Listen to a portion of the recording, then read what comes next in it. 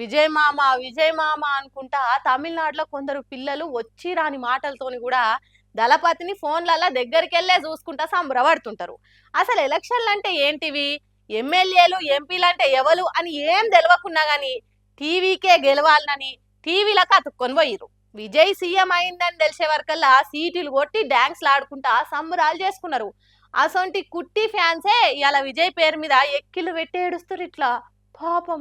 దళపతి Vijay act చేసిన last cinema జననాయకను మొత్తానికి ఇలా గ్రాండ్ గా రిలీజ్ అయి టాకీస్లలో టాప్ లేపుతున్నది. గవర్నమెంట్ నా సినిమాని ఆపుతుందా? చలో నేనే గవర్నమెంట్ అయితే అని పంతం బట్టి మొత్తానికి ఎలక్షన్ల గెలిచి సీఎం అయ్యి ఇలా తమిళనాడు ముఖ్యమంత్రి దళపతి జోసెఫ్ విజయ్ అన్న టైటిల్ కార్డుతోని పూనకాలు వస్తున్నాయి ఫ్యాన్స్ కు చూస్తుంటే.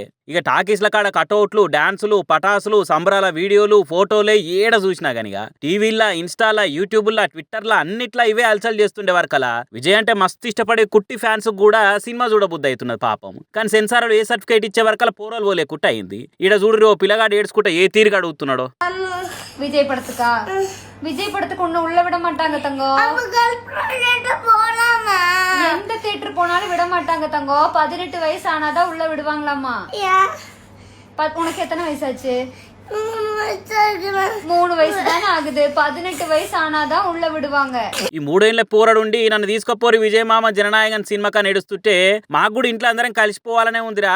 కానీ 18 ఏళ్ల లోపు పిల్లల్ని టాకీస్లకు రానియర్రా, నీకు ఇంకా 3 ఏళ్లే అని చెప్తున్నా ఆయన కుట్ట. నాకు అవన్నీ తెలియదు, నన్ను తీసుకపోరి అని ఒక్క తిరిగి ఏడుస్తున్నాడు. ఇట్లా ఒకరు కాదు ఇద్దరు కాదు, తమిళనాడులో చాలా మంది ఇళ్ళలో ఇదే పంచాది. అలా నేను మిమ్మల్ని ఏం ఒరియే డాడీ, పొద్దున్నే లేస్తా, స్కూల్కి పోతా, హోంవర్క్ చేస్తా, ఏ కూర వండినా తింటా, బిస్కెట్లు, పిజ్జాలు, బర్గర్లు ఏం కావాలని అడగా. విజయ్ మామ లాస్ట్ సినిమా టాకీస్ లో చూస్తే డాడీ తీసుకపోర్రి అని ఒక్కటే ఏడిపిట్ల పిల్లలు పాపం.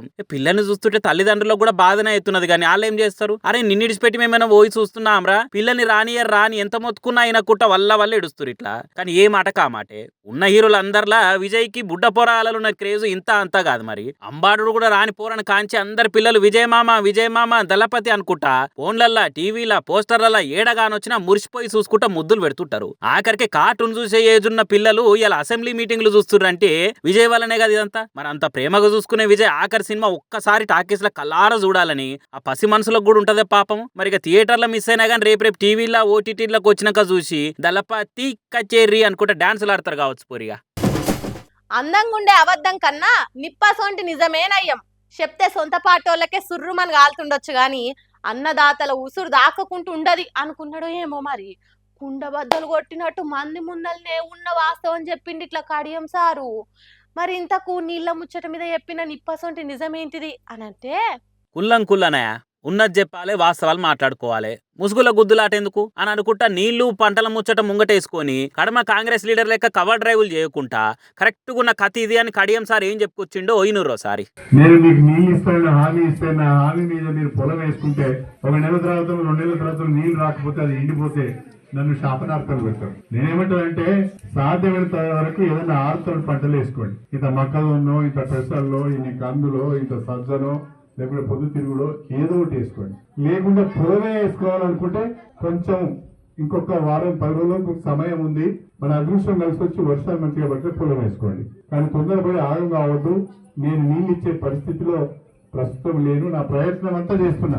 నేను నీళ్ళిచ్చే పరిస్థితుల్లో లేను, వరి పంట వేయకుర్రి, కావాలంటే కందులు, పెసర్ల సొంటి పంటలు వేసుకోర్రి, లేకుంటే వారం రోజులు ఆగుర్రి, ఆసారం మంచిగుండి వానలు పడితే వరి పంట వేసుకోవచ్చు అని కాంగ్రెస్ ఎమ్మెల్యే కడియం శ్రీహర్ సారు ఎంత క్లారిటీతో చెప్పిరో కల్లారా చూసిరు కదా. మిగతా హస్తం పార్టీ లీడర్ల లెక్క మస్తు పొడుగు మాట్లాడుకుంటా నీళ్ల గురించి పీకర్ పడకుర్రి, మీకు కండ్ల నీళ్లు రాకుండా మా సర్కారు చూసుకుంటది. ఏదో ప్రతిపక్షాలకు పొద్దు ఒక పంచాయత్ చేస్తురు గాని అట్లేం లేదు, నిమ్మలంగుండ్రి నీళ్ళు వస్తాయి, నన్ను నమ్మురి కదా అని ఇప్పుడేదో పబ్లిక్ సపోర్ట్ల కోసం అబద్ధాలతో స్పీచ్లు దంచితే అటే ఇంకా నీళ్లు లేవన్న నిజాలు చూసి అన్నదాతలు ఆడిపోసుకుంటే ఆ పాపం నాకెందుకు అని అనుకున్నాడో ఏమో గాని నీళ్లు లేవు, అసలు తెచ్చే పరిస్థితుల్లో నేను కూడా లేను అని బాజాబ్తా బయటికే చెప్పేసింది. ఇట్లా సూపర్ సార్, మీరు లేని ఆశలు పుట్టించి రైతన్నను రందుల పాలు చేసే కంటే ఉన్న నిజం చెప్పి వాళ్ళ ఆశల మీద నీళ్లు చల్లితే అయిపోతుందని ఎంత క్లారిటీతో నూరు సార్ మీరు. మీ లెక్క కడమ కాంగ్రెస్ మంత్రులు, ఎమ్మెల్యేలు కూడా ఉంటే అసలు వాస్తవం ఏందో అన్నదాతలకు తెలిసి జర్రంతనన్నా జాగ్రత్త పడతారు. ఎమ్మెల్యేని అయ్యుండి కూడా నా చేతులు ఏం లేదు, నీళ్లు తెప్పించే పరిస్థితి లేదు అని నిజాయితీగా నిక్కచ్చిగా చెప్పేసి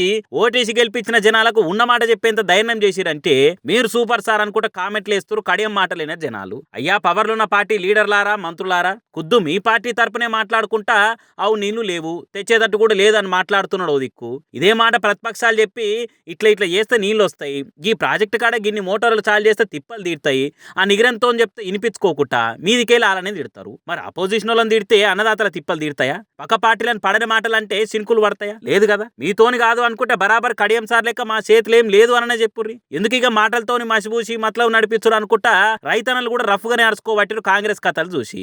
జనాల మాటలేమో గాని మరి ఆయనతో కడియం మాటలేనాక కాంగ్రెస్ పెద్ద లీడర్లుండి అగో అట్లెట్లా నిజాలు చెప్పి నీరు గారుస్తో పార్టీని అని నిలబడి క్లాస్ వీకే ప్లాన్లు ఏమైనా చేస్తారు కావచ్చు పాపం అని అనుకుంటా ఫీల్ అవుతురట కడియం వింటుండే కార్యకర్తలు.